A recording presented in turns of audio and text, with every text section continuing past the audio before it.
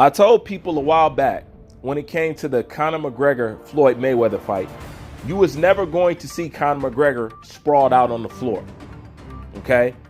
And I explained to people why I knew that. And I told them that there was a guy that I was friends with in the gym who's good friends with the guy who managed Conor McGregor. Okay? And he told me about these claws and these branding claws that prevents guys from getting knocked out. It's something that have to do with their branding, meaning nobody wants to go into business with you, aka fight you, okay? If when they're done fighting you, okay, they can no longer make money off that brand. Nobody wants to enter business with somebody like that. They want to make sure that they can make money beyond doing this business deal with you. So in these contracts, they have things that prevent these guys to be in embarrassing situations that would damage their brand, okay?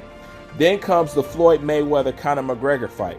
This is why that fight was stopped way before Conor McGregor gets knocked out, because it was in the contract, okay, for him not to get knocked out, okay? Then you look at Conor McGregor versus Jake Paul, knocked him out on his feet and kept him up. This is why he kept him up, okay? Then you got Tyrone Woodley, who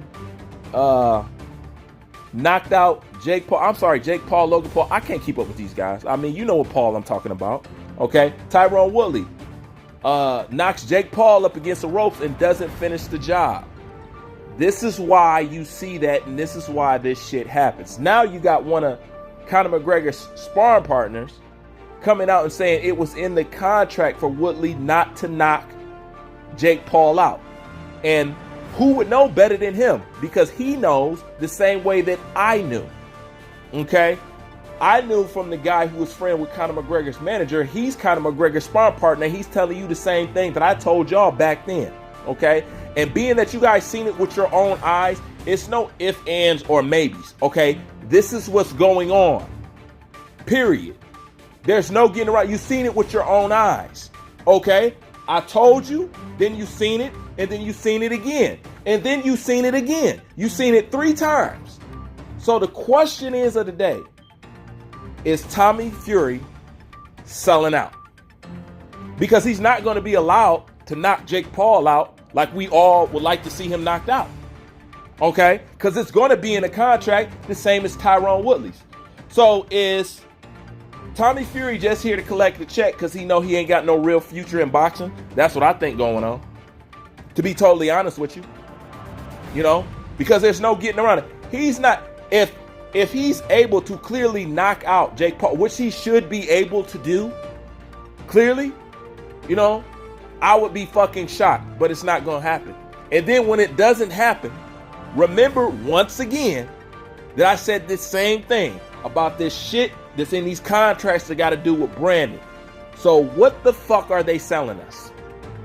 First of all, they selling you a freak show. They selling you a YouTuber versus a boxer. I guess I mean, he's not an elite boxer. He, you know, okay, a YouTuber versus a boxer. And then on top of that, it's partially scripted. So what the fuck is boxing about? What is there to take serious about this sport?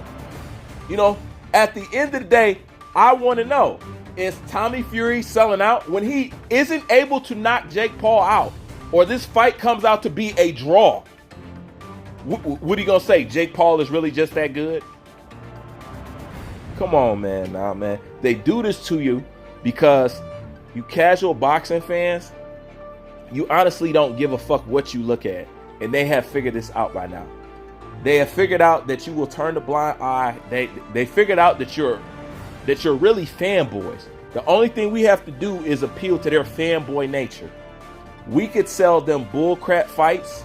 We could sell them fake fights because they've already done that. We could sell them scripted fights. We could sell them YouTuber versus a boxer. We could sell. They didn't figure that out about y'all.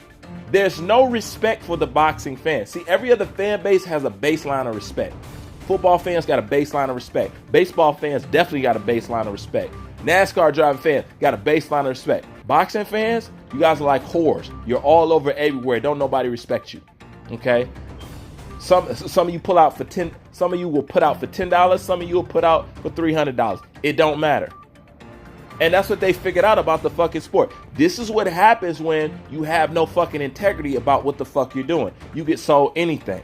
So now that you know that it's not in the contract to knock Jake Paul out, watch them still go buy this shit. Okay? And once you still go buy this shit, don't complain how fucking boxing is. And most importantly, do not bitch about who you want to see fight and talk about you want to see somebody fight the best in the best competition. Shut the fuck up. No, you don't. No, you don't.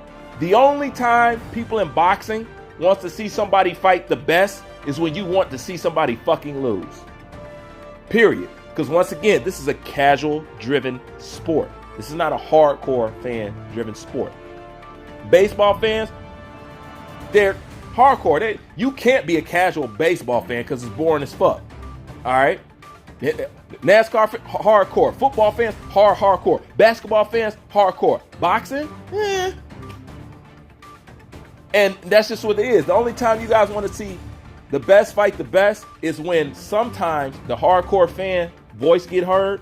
But other than that, it's just when you want to see somebody lose. But if your favorite fighter's in that position where you think he's going to lose, you don't want to see the fucking fight. Let's just be honest.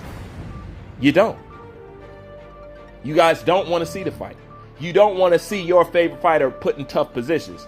Me, a boxing fan, a hardcore on the other end, I love to see my favorite fighters in tough positions. I want to see how good they really are. I want to see what they got in them. That's why I'm dying for somebody to test Bud Crawford. I want to see how good he really is. I don't want him to take soft touches. That's not entertaining to me. You know what I'm saying? But I'm dying to see how good he really is. I'm dying for somebody to bring the best out of Bud because as of what I see, nobody has bought the best out of Bud yet. Okay?